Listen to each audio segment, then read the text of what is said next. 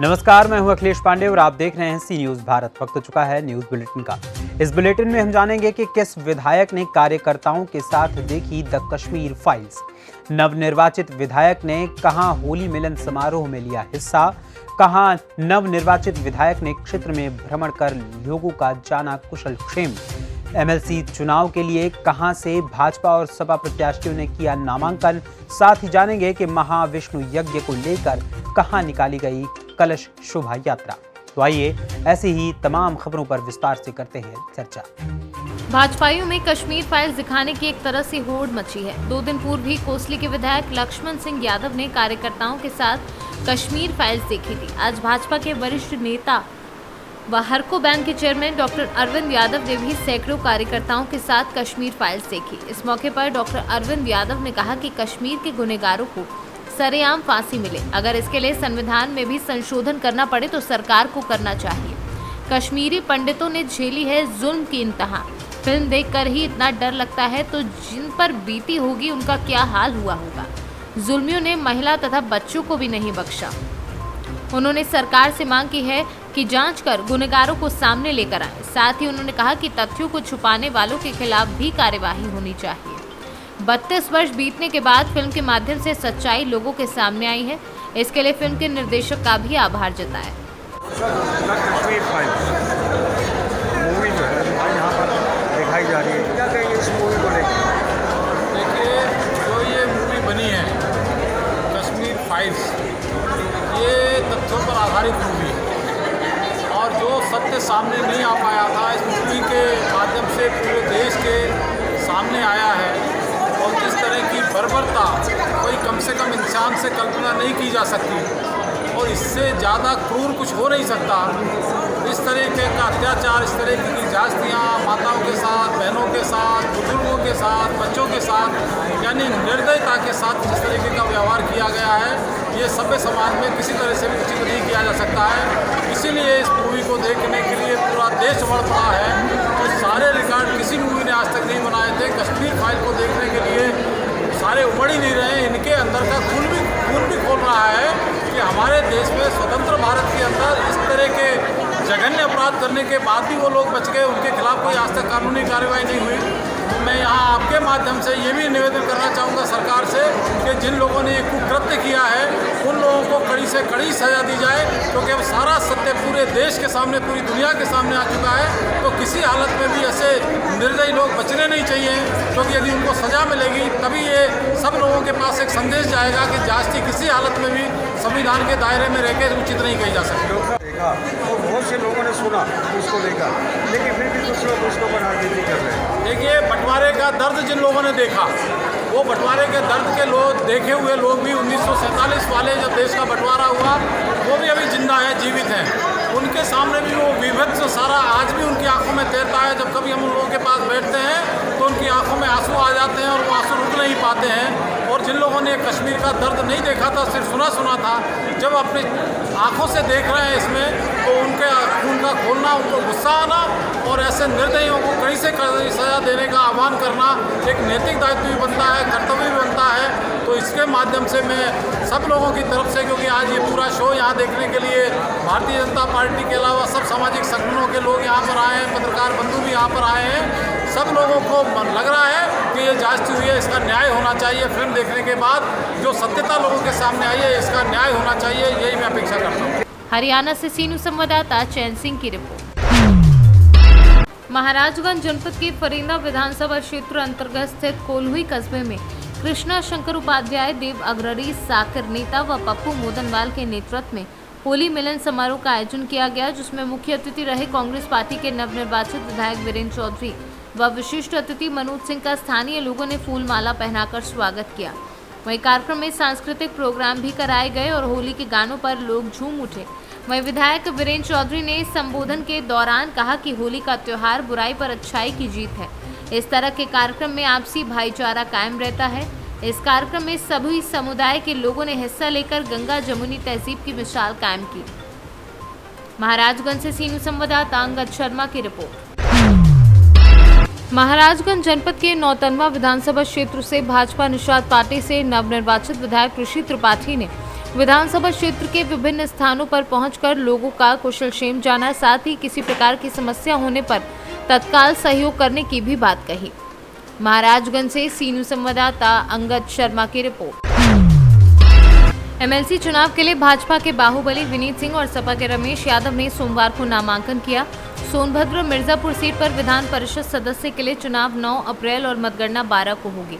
विधान परिषद सदस्य के लिए भाजपा के विनीत सिंह और समाजवादी पार्टी के उम्मीदवार रमेश यादव ने सोमवार को नामांकन पत्र दाखिल किया। लाभ लश्कर के साथ कलेक्ट्रेट परिसर में पहुंचे और अपनी जीत के प्रति आश्वस्त विनीत सिंह ने कहा कि भाजपा के विकास कार्यों के चलते जीत हासिल करने में कोई दिक्कत नहीं है। नामांकन के अंतिम दिन बसपा के पूर्व एमएलसी विनीत सिंह ने भाजपा प्रत्याशी के रूप में पर्चा दाखिल किया। इसके अलावा सपा के रमेश यादव ने नामांकन किया। नामांकन के अंतिम दिन पुलिस सुरक्षा की तगड़ी व्यवस्था की गई थी। 100% हम लोग नहीं चाहता है। भारतीय जनता पार्टी ने धरातल पर इतना कार्य किया है जिसके लिए जीत बहुत आसान हो गई है। विधानसभा का रिजल्ट देखे हैं हम लोग 2000 विधान परिषद भी जीतेंगे, 2022 जीते, 2024 जीतेंगे, 2027 जीतेंगे, 32 भी जीतेंगे। ये बताइए आखिरी समय में टिकट फाइनल हुआ, क्या मामला? यह कोई मामला ऐसा नहीं था। 6 सीटें फंसी थी। 6 सीटों पर अपने कैंडिडेट का मामला था। एक सीट का मामला नहीं था। 6 सीटों का मामला था। 6 आज घोषित है। तो जीत सुनिश्चित है यहाँ से? बिल्कुल सुनिश्चित है।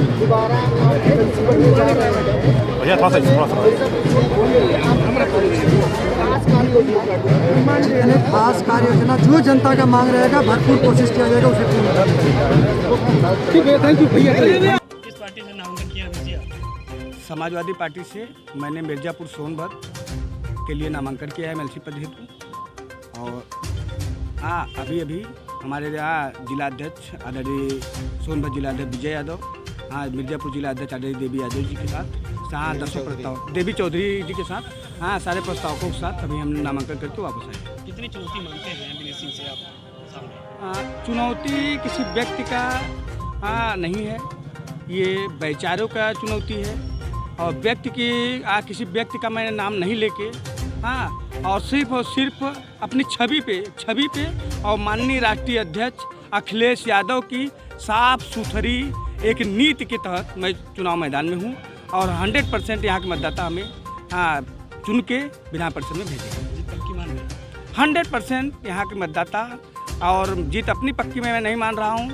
मिर्जापुर सोनभद्र के सभासद, एमएलसी सभासद, जिला पंचायत, बीडीसी सारे लोग अपने आप को प्रत्याशी मान के चुनाव लड़ेंगे। स्वयं वो एमएलसी है। सत्ताधारी से कितना चुनौती मानते हैं? सत्ताधारी से कोई चुनौती नहीं है। सत्ताधारी से हमारा कोई वो नहीं है। किसी प्रकार के वो लोग चुनौती देने के काबिल भी नहीं है कि हमको चुनौती दे पाएँ।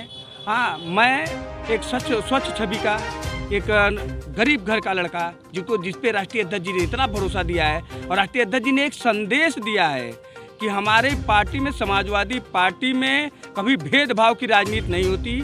हाँ, किसी भी दल में इस तरह से संदेश देने का आज तक कभी ना काम हुआ है, ना तो आगे करेंगे लोग। हाँ, धन बल बाहुबल का चुनाव होता है, मगर हमारे यहाँ एक आम कार्यकर्ता को राष्ट्रीय अध्यक्ष जी ने टिकट देके एक संदेश दिया है। माना भी जाता है ये चुनाव बाहुबल सत्ता का होता है, कैसे? हाँ, हमें नहीं लगता कि ये धन बल या बाहुबल का चुनाव है। आप लोग ही बता रहे हैं। मैंने तो ये नहीं कहा कि ये धन बल या बाहुबल का। हाँ, उन्होंने एक आम कार्यकर्ता को टिकट देके अब मतदाताओं की बारी है कि वो अपने आप को एमएलसी मान के चुनाव लड़ रहा है। और मतदाताओं की बारी है और वो सारे बीडीसी प्रधान अपने आप को एमएलसी मानेंगे। है कितना आश्वस्त करते हैं जीत के क्या पाए? देखिए, भारतीय जनता पार्टी ने श्री श्याम नारायण सिंह विनीत सिंह को प्रत्याशी बनाया है। और भारतीय जनता पार्टी की नीति, भारतीय जनता पार्टी का विकास कार्य और कानून व्यवस्था इतना बेहतर है कि 100 नहीं कहिए तो 110% कर दें कि जीत 100% सुनिश्चित है।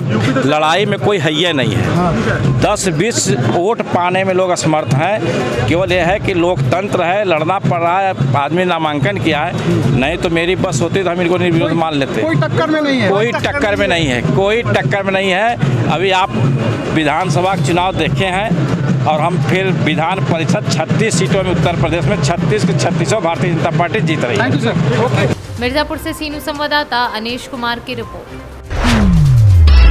खबर मुजफ्फरपुर जिला 15 प्रखंड से है, जहां बड़गांव पंचायत के बगाही राम जानकी मंदिर प्रांगण में 11 दिवसीय महाविष्णु यज्ञ को लेकर सोमवार को गाजे बाजे के साथ भव्य कलश शोभा यात्रा निकाली गई। पंडित सुदर्शन झा के विधिवत पूजा एवं वैदिक मंत्रोच्चारण उपरांत 551 कन्याओं ने पिलखी घाट से जलबोजी कर बगाही मंदिर प्रांगण में पहुंची, जहां कलश को स्थापित किया गया।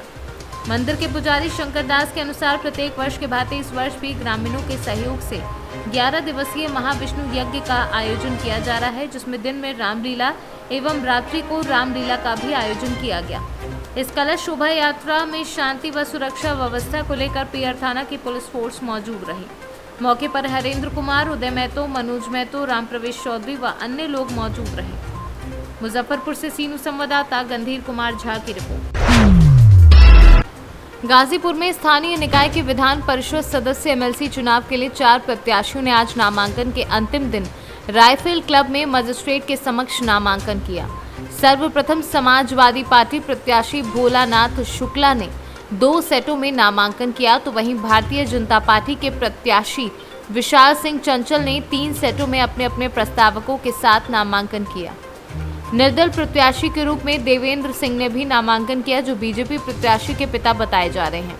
तो वहीं निर्दल प्रत्याशी के रूप में अंधियारा ग्राम सभा के प्रधान मदन सिंह यादव ने भी नामांकन किया। समाजवादी पार्टी के प्रत्याशी भोलानाथ शुक्ला भदोई जनपद के सुरियावा क्षेत्र के निवासी हैं। उन्होंने नामांकन के बाद पत्रकारों से वार्ता के दौरान कहा कि मेरी प्राथमिकता गाजीपुर की जनता के दिलों में बसना है, उसके बाद तय होगा कि क्या विकास कार्य होने हैं। वहीं उन्होंने एक सवाल के जवाब में बताया कि समाजवादी पार्टी सभी 7 विधानसभा में चुनाव जीत चुकी है और मैं भी यहां पर भारी बहुमत से जीत हासिल करूंगा।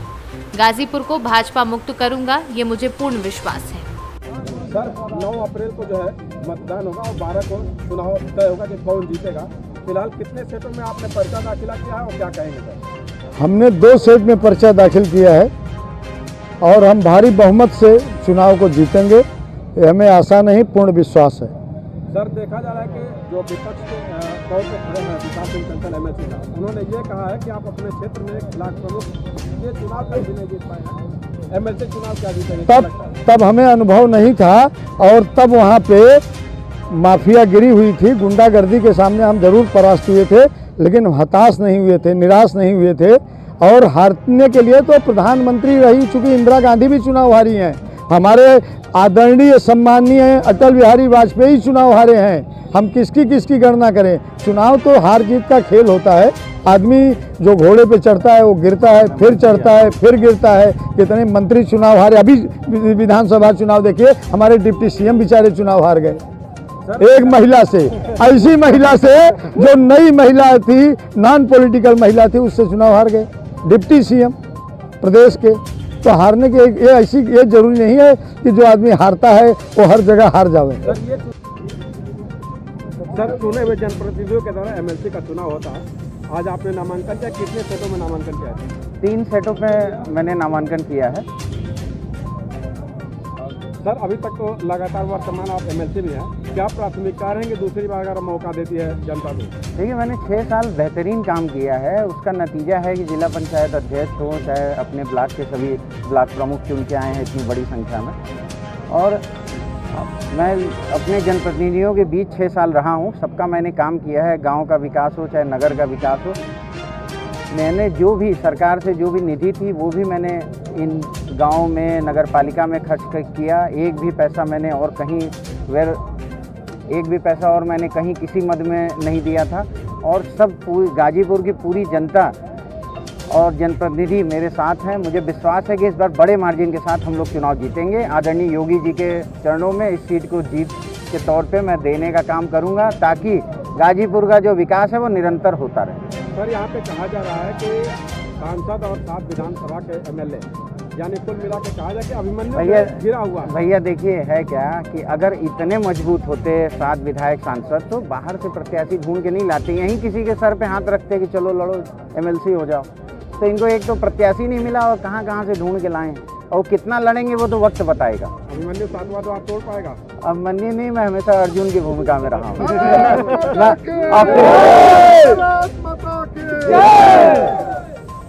कौरव सेना चाहे जितनी बड़ी हो, जीत हमेशा अर्जुन की होगी, क्योंकि कृष्ण भगवान हमारे साथ हैं। गाजीपुर से सीनियर संवाददाता हसन खान की रिपोर्ट। नीलांबर पीताम्बरपुर किसानों की आय बेहतर करने के उद्देश्य से जिला उद्यान विभाग के सौजन्य से प्रखंड उद्यान मित्र आनंद कुमार सिंह ने मरुबार में कृषकों के बीच सब्जी का फसल ओल का बीज का वितरण किया। इस ओल बीज वितरण कार्यक्रम में पुरुष कृषकों की अपेक्षा महिलाओं की संख्या अधिक देखने को मिली। इस अवसर पर उद्यान मित्र आनंद सिंह ने कहा कि सब्जी फसल ओल का ये बीज हाइब्रिड है, जो तकनीक से लगाए जाए तो 6 से 8 महीने में प्रति पौधा 5 से 6 किलो तक तैयार होता है। और सबसे बड़ी बात यह है कि ये फसल तब तैयार होती है जब बाजार में सब्जी की किल्लत होती है। विभाग के हमारे बड़ा बाबू अली जी, कंप्यूटर ऑपरेटर सूरज जी और जिला उद्यान पदाधिकारी को बहुत सहयोग है, जो उद्यान विकास का योजना को संचालित कर रहे हैं। और इसके बाद मिर्चा का और बीज सब्जी बीज का भी वितरण किया जाएगा। इसका पहले वो और भी जो बीज आएगा दिया जाएगा। ये लोग क्या नाम है आपका? हम प्रखंड उद्यान मित्र आनंद कुमार सिंह। झारखंड से सी न्यूज़ संवाददाता अवध किशोर राय की रिपोर्ट।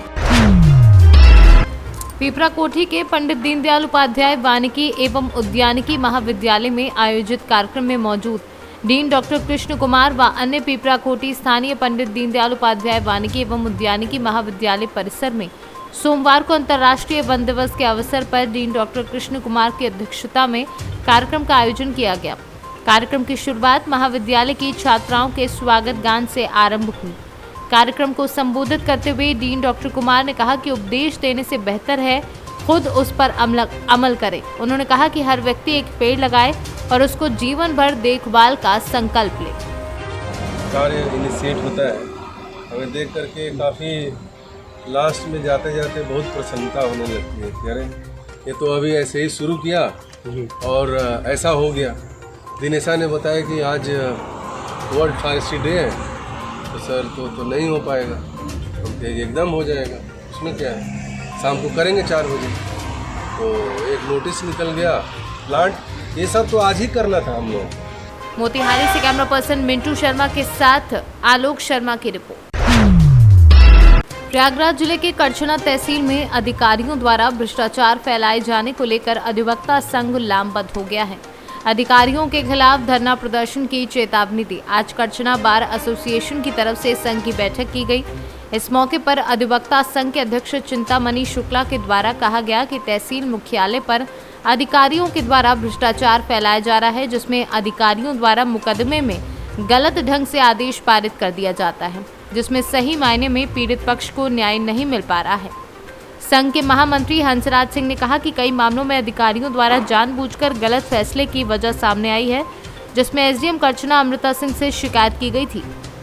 एसडीएम करछना अमृता सिंह ने कहा था कि मामले को गंभीरता से लिया जाएगा, लेकिन काफी दिन बाद भी कोई संतोषजनक जवाब एसडीएम करछना के द्वारा नहीं मिला है। उषा देवी बनाम सुलाटी यादव जो 10/1/2019 से नायब तहसीलदार नैनी की कोर्ट में आदेश से सुरक्षित रखी गई थी, तो उसे अनैतिक रूप से 11/12/2021 को मंगा के उन्होंने आदेश कर दिया। दूसरी पत्रावली है जगदीश बनाम निखिल सागर, वो तहसीलदार कोर्ट की पत्रावली है। उसमें आपत्ति अधिवक्ता द्वारा लगाई गई थी। वाद पंजिका में उसमें डेट चल रही थी, लेकिन उस पत्रावली को भी 21/10/2021 को तहसीलदार महोदय द्वारा आदेश कर दिया गया। तीसरी पत्रावली है नायब तहसीलदार मध्य की, नितेश बनाम राधिका। नायब तहसीलदार मध्य की पत्रावली अवैध ढंग से उन्होंने अपने कोर्ट से आदेश कर दिया, जिसका संज्ञान उप जिलाधिकारी महोदय को कराया गया था। उन्होंने आश्वासन दिया था हम लोगों को कि पत्रावलियां जो है निरस्त करा दी जाएंगी, लेकिन चुनावी व्यस्तता की वजह से और तहसीलदार अपने हटवादी रवैये की वजह से उन्होंने किसी पत्रावली में आदेश को निरस्त नहीं किया। उस संदर्भ में होली के पहले हम लोगों की उप जिलाधिकारी, तहसीलदार और हमारे वरिष्ठ अधिवक्ता के सामने मीटिंग हुई थी। जिलाधिकारी महोदय ने वार्ता के लिए बुलाया था, लेकिन कोई ठोस आश्वासन न मिलने के कारण आज हमारे संघ की बैठक हुई और संघ की बैठक में सर्वसम्मत से यह निर्णय लिया गया कि जब तक यहाँ के प्रशासनिक रवैये में सुधार नहीं होता तब तक जो है हम लोग न्यायिक कार्य से विरत रहेंगे। अगले एक हफ्ते हम न्यायिक कार्य से विरत रहेंगे, उसके बाद तालाबंदी होगी, फिर अन्य जो भी लोकतांत्रिक विरोध के रवैये हैं सब अपनाया जाएगा। आपका परिचय जानना। हंसराज सिंह, महामंत्री अधिवक्ता संघ कच्छना। प्रथम दृष्टया तहसीलदार कचना के भ्रष्टाचार के कारनामों से यहाँ अधिवक्ता त्रस्त है। उसके साथ ही साथ आज हमारे संघ के द्वारा और वरिष्ठ अधिकारियों की राय से ये सहमति बनी कि जब तक कोई निराकरण निस्तारण सही ढंग से नहीं किया जाता तहसील का, तब तक हम लोग एक हफ्ते के लिए तालाबंदी हड़ताल करेंगे। किस बात को लेकर के तालाबंदी? तहसीलदार के हटपूर्व वजह से कुछ मामले प्रकाश में आए, किस तरीके के मामले? मामला यह है कि नायब तहसीलदार मध्य की पत्रावलियां और स्वयं तहसीलदार द्वारा किया जा रहा है। उनको इस बात की जानकारी देने के बावजूद भी बार बार एक कार्य कर रहे हैं, इसलिए यहाँ के अधिवक्ता चुप है और चुपता के कारण इनके विरोध में ये हड़ताल जारी है। उसी से तो हम लोग लड़ाई लड़ रहे हैं ना, उसका भी कोई उन्होंने आदेश का निरस्त नहीं किया है। उसकी मांग किया, उन्होंने आश्वासन दिया, लेकिन आश्वासन के बावजूद भी उस आदेश को जो आपत्ति दी गई है उसको निरस्त नहीं किया है। कहाँ का मामला है? मामला है नायब तहसीलदार मध्य, वार्ड संख्या जानना चाहते हैं आप? ये वार्ड संख्या उषा देवी बनाम सुलाकी लाल यादव, तहसीलदार। प्रयागराज से सीनू संवाददाता मंगला प्रसाद पटेल की रिपोर्ट। एमएलसी के चुनाव में समाजवादी पार्टी और भारतीय जनता पार्टी के प्रत्याशी ने नामांकन किया है, वहीं दूसरी ओर कांग्रेस ने अपना कोई प्रत्याशी इस चुनाव में नहीं उतारा। भारतीय जनता पार्टी ने वर्तमान एमएलसी दिनेश प्रताप सिंह पर विश्वास करते हुए दोबारा उनके ऊपर दाव लगाया है। वहीं समाजवादी पार्टी ने जिलाध्यक्ष वीरेंद्र यादव को मैदान में उतारा है। दोनों ही प्रत्याशी अपनी जीत के लिए दम भर रहे हैं, लेकिन वर्तमान एमएलसी दिनेश प्रताप सिंह की सीट पर समाजवादी पार्टी किस तरह से लड़ेगी ये तो कहना मुश्किल है, लेकिन अपनी जीत के लिए विधायकों के दम पर वीरेंद्र यादव अपनी जीत को सुनिश्चित बता रहे हैं। निर्वहन एक समाजवादी पार्टी के सिपाही के और पार्टी ने जो जिम्मेदारी अभी दी है उस जिम्मेदारी पर भी मैं रायबली के जनता की आशीर्वाद से और रायबली के जो भी जनप्रतिनिधि हैं, इसमें जो सम्मानित मतदाता हैं, उनके सहयोग से जरूर समाजवादी पार्टी का परचम रायबली में फिर से लहराएगा। अभी 4 विधायक हम जिता के आए हैं, निश्चित तौर से एमएलसी भी समाजवादी पार्टी का। देखिए, बात की जाए कांग्रेस ने कोई प्रत्याशी नहीं उतारा है, इसको किस नज़रिए से देख रही है समाजवादी पार्टी? दूसरे दल के बारे में मेरा कोई टिप्पणी ठीक नहीं है, उचित नहीं है, ये वो लोग जाने। 4 विधायक हैं आपके, क्या देख रहे हैं? इस सप्ताह है सरकार भाजपा की, अभी आपने देखा ही है विधानसभा के चुनाव में, आप क्या देख रहे हैं एमएलसी के चुनाव में? आप देखिए, भारतीय जनता पार्टी को रायबली से आम आदमी ने नकार दिया है, आम जनता ने भारतीय जनता पार्टी को नकार दिया है। हम 4 विधानसभा सीटें जीते हैं, 2 विधानसभा सीटों में हम मामूली अंतर से चुनाव हार गए। हमको जो मत मिला है वो 5 लाख के ऊपर मत मिला है और भारतीय जनता पार्टी को बहुत कम मत मिला है हमसे। तो भारतीय जनता पार्टी की हमारी कोई लड़ाई नहीं है। ये भारतीय जनता पार्टी जो कहती है वो करती नहीं है। भारतीय जनता पार्टी सदैव कहती है कि हमारा गुंडा माफियाओं से कोई वास्ता नहीं है। क्या भारतीय जनता पार्टी ने जो प्रत्याशी एमएलसी पद के लिए बनाया है वो क्या है? क्या वो माफिया नहीं है? क्या वो गुंडे नहीं है? उनके ऊपर कितने मुकदमे हैं? क्या आप भूल गए 14 मई 2019 का ये रायबली का टोल प्लाजा कांड जो बछरावा के आगे हुआ था? यही सम्मानित मतदाता थे, यही जिला पंचायत के सदस्य थे जिन्होंने उन्हें एमएलसी के चुनाव में भी और जिला पंचायत के चुनाव में भी मत दिया था। उनके पैर तोड़वा दिए, उन्हें बेरहमी से मारा, जान से मारने का प्रयास किया और उसी घटना में पता नहीं कितने प्रधानों को अपमानित किया गया। उसी घटना में एक चुने हुए जनप्रतिनिधि को, एक चुनी हुई विधायक को उनकी गाड़ी पलटवाने का काम किया। तो इस तरह से भारतीय जनता पार्टी ने तो एक फिर से माफियावाद और गुंडा राज की तरफ एक कदम आगे बढ़े हैं और चुनाव जीतते ही उनकी जो प्रवृत्ति है गुंडई की, माफियावाद की, वो उन्होंने रायबली में प्रत्याशी दे करके फिर से सिद्ध कर दिया कि हम और गुंडे और माफियाओं को ही पोषित और पल्लवित करेंगे और सामान्य व्यक्ति के लिए उनके यहाँ कोई स्थान नहीं है। इसलिए भारतीय जनता पार्टी हमसे नहीं लड़ सकती। मैं समाजवादी पार्टी का सामान्य से कार्यकर्ता हूँ, माननीय अखिलेश यादव जी का सिपाही हूँ। समाजवादी पार्टी के प्रति रायबली के लोगों ने सदैव सम्मान किया है और समाजवादी पार्टी को हमेशा आशीर्वाद दिया है। अभी हमको 15 दिन पहले समाजवादी पार्टी को रायबली के आम आदमी ने आशीर्वाद दिया है और उन आम आदमियों ने ये बताया है कि चुने हुए ग्राम प्रधानों, चुने हुए क्षेत्र पंचायत के सदस्यगणों चुने हुए नगर पालिका के सदस्यगणों और चुने हुए सभी जनप्रतिनिधियों, हम लोगों ने भारतीय जनता पार्टी को रायबरेली में नकार दिया है। इसलिए आप लोग भी भारतीय जनता पार्टी के प्रत्याशी, एमएलसी प्रत्याशी को नकारिए, इसलिए कि जन सलाह और जन समर्थन समाजवादी पार्टी की तरफ है। तो निश्चित तौर से हमारे सम्मानित प्रधानगण, हमारे सम्मानित क्षेत्र पंचायत सदस्यगण, हमारे सम्मानित सभासदगण और हमारे सभी सम्मानित इस चुनाव के मतदातागण को रायबरेली के आम आदमी ने ये इशारा किया है कि एमएलसी पद पर आप निश्चित तौर से समाजवादी पार्टी का साथ दीजिए। रायबरेली से सी न्यूज़ संवाददाता इंद्रेश की रिपोर्ट। फिलहाल इस बुलेटिन में इतना ही। देश दुनिया की तमाम खबरों के लिए देखते रहें सी न्यूज़ भारत। हर खबर आपके साथ, आपके हाथ।